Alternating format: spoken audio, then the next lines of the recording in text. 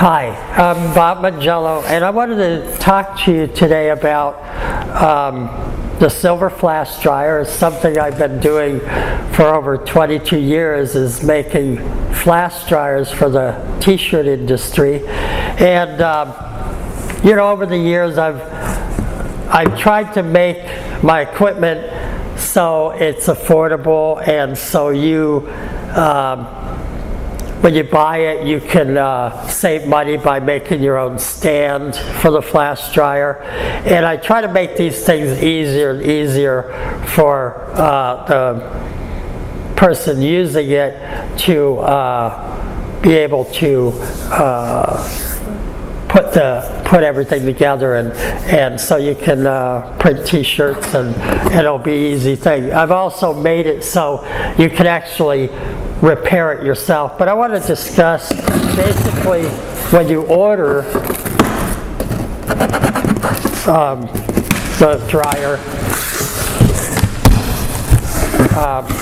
you're going to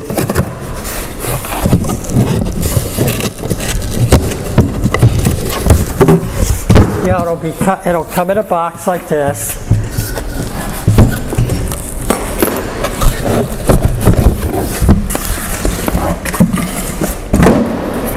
And like I said, over the years I've learned things, how to make it better and all that. This is an infrared heat panel. I'm going to explain that to you. And then I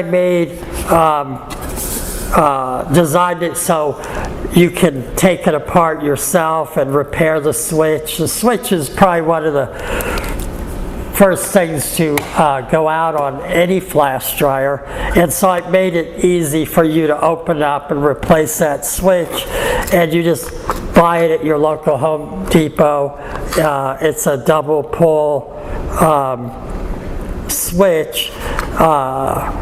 It's actually 220 volt double pull switch, and it just tends to handle the amount of power going through, because a heating panel has high wattage, so you're pulling a lot of electricity through, and so the switch is the weakest point in that. And these are 110. My flash dryers are 110 volts, but you can get them in special order. You can tell me you need it in 220, and I can provide it in 220. And I get a lot of that for overseas stuff. My dryer is made of aluminum, basically, so it doesn't rust. Usually in a metal box, because you have the heat turning on and off, it pulls in moisture. And if you look at a flash dryer after about 4 or 5 years, it's real rusty, and that can become dangerous. So I made the box aluminum. The top part is metal, and like I said, I made it so you can make your own stand, and I have another video on how to make the stand for it. It is a metal stand, and it allows it to swivel. So basically, this is a silver flash. Been making them for over 22 years. And let me discuss a little bit more about flash dryers. Flash dryers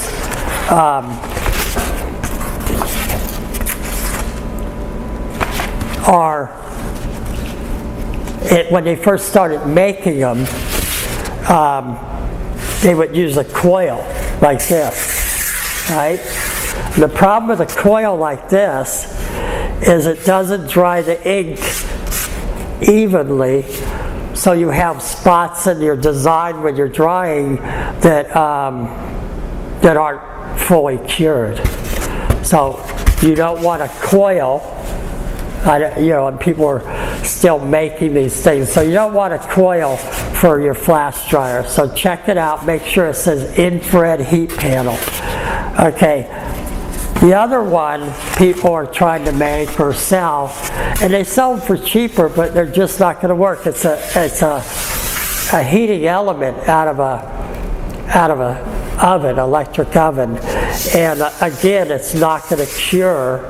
There's going to be spots where it doesn't cure, and I get calls all the time that people buying these And they cover them up usually with a metal grid and some cloth so you can't see this. They started doing that ever since I started telling people about these.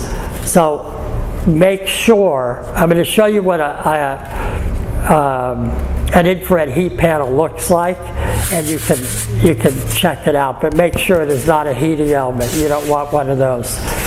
An infrared heat panel, the coil is stretched out. Basically, they'll make a coil and they just stretch it back and forth, and you see all of that is the even heat, and that's what's going to cure the design that you print. And a flash dryer will cure ink. You don't need a conveyor dryer. A flash dryer will do it. You're going to have it about 4 inches away from the garment, and for about a minute. But after a while, these just keep heating up. So after a while, it's less. It's like 45 seconds. But it's 4 inches away that you're going to do it. Now, that brings up an I just thought of something. A lot of people want to control heat control on a flash dryer. And companies will sell this to you, and you can set a temperature. But the only way that you can control the heat on an element, it's not when they have just a dial and no well, if they just have a dial, what it does is all it can do is turn the heat panel off. And so the lower you want it, it turns the heat panel off for a longer period of time. I think it's called an infinite switch. But basically, if you want a low temperature, you turn it and it turns the panel off for 10 seconds, and it turns on for 10 seconds, turns off for 10 seconds. And then the higher you want it, the quicker it turns on and off. So it's like on for 2 seconds, off for 2 seconds. But see, that period, while it's off, you actually have no heat emanating from the panel, and so your shirt doesn't get cured. So to put a temperature control on a flash dryer, which is also open to the air, is not helpful. It's not going to dry your shirt. So you don't want to control on your heat control on your flash dryer. The way you control the heat is by raising and lowering it. That is the only way, but you want the element to stay on all the time. Every time it turns off, it means it's not working, it's not going to cure anything. So don't get fooled into buying bells and whistles like heat control and all that. Not necessary at all. Been doing this for 22 years, and I can tell you that it's been proven over and over that they will cure it. The other thing I want to tell you is you do not want to plug your flash dryer into some long extension cord, okay, especially one of those real weak ones that are 16 gauge. Your flash dryer won't heat up, and every weak point, it'll actually end up melting the plug on this, because basically you're trying to draw the amps and the wattage through a thinner wire. So if you absolutely need, let's say you're out in the garage and there's no receptacle to plug it into, you need to run a separate 25 amp circuit to this, and go ahead and just run a complete socket just for your flash dryer. If there isn't just a regular wall socket nearby you can plug into, do not run an extension cord. It's really important. All right, so the sizes we have are a 12 by 12. Now a flash dryer has a 1/2 inch ledge all the way around it. All flash dryers do. You see, it holds the heat panel in place.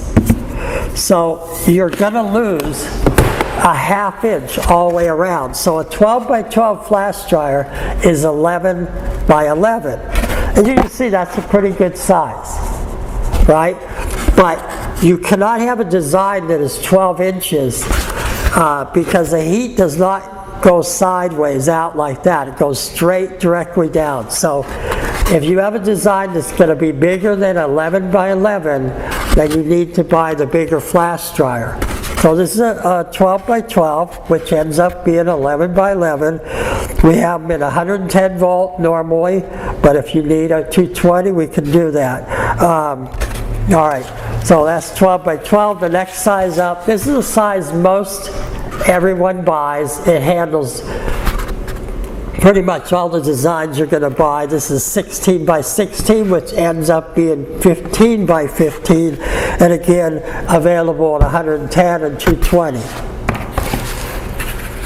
Okay, the next one up is 18 by 18. A lot of people say, why do I need one that big? If you're going to print large t-shirts, double X's, triple X's, you're going to want an 18 by 18 flash dryer because a design that might look big on me will disappear on a large body. So that's why you want the 18 by 18. The other thing is a lot of people are doing large prints, so again you want the larger flash dryer. Okay, the last size we sell, and it's only a 220 volt only, is a 20 by 20. And it's 220 volt power, which is actually a better way to go because it's it's 220 and that's cheaper to run. Now on the 220, all my 220 flash dryers do not come, they come with a cord but no plug on them because usually I send them out of the country and I have no clue what country has what socket. So when you're ordering from out of the country, realize you're going to have to buy the socket that fits in your country's receptacles. So okay, so 20 by 20 is the other size. So we sell 4 sizes. I want to go over a little bit about an infrared heat panel.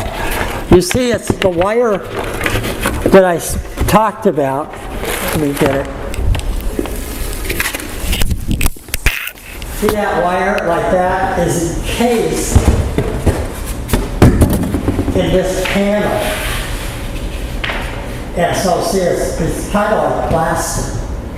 And it's really, I mean, unless you hit it with a hammer, these things I've had them last for 20 years. The only thing that goes out on them are the switches, right? That's the weak point.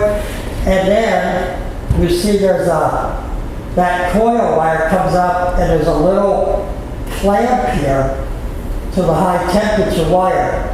After a while, this sometimes arcs and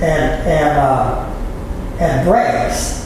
And so you need a stainless steel clip. I'm going to come up in front of the camera and show you this. I hope that shows up, but that's a stainless steel butt connector. You need to order that, especially from the company that makes it.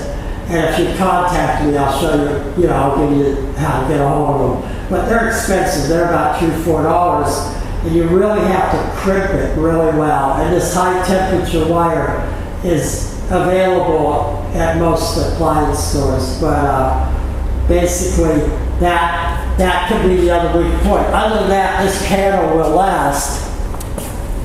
This infrared panel will last for years and years of easy lifetime of use. All right, so that's about it. So the next thing I'm going to show you is how to make a stand for this flash dryer, and so that'll be the next video. Thanks a lot, and just go to silkscreennow.com if you'd like to purchase one of these. I have reasonable prices, and we have a 1-year warranty on all electrical. If anything breaks on it, we'll replace the part. basically that's it.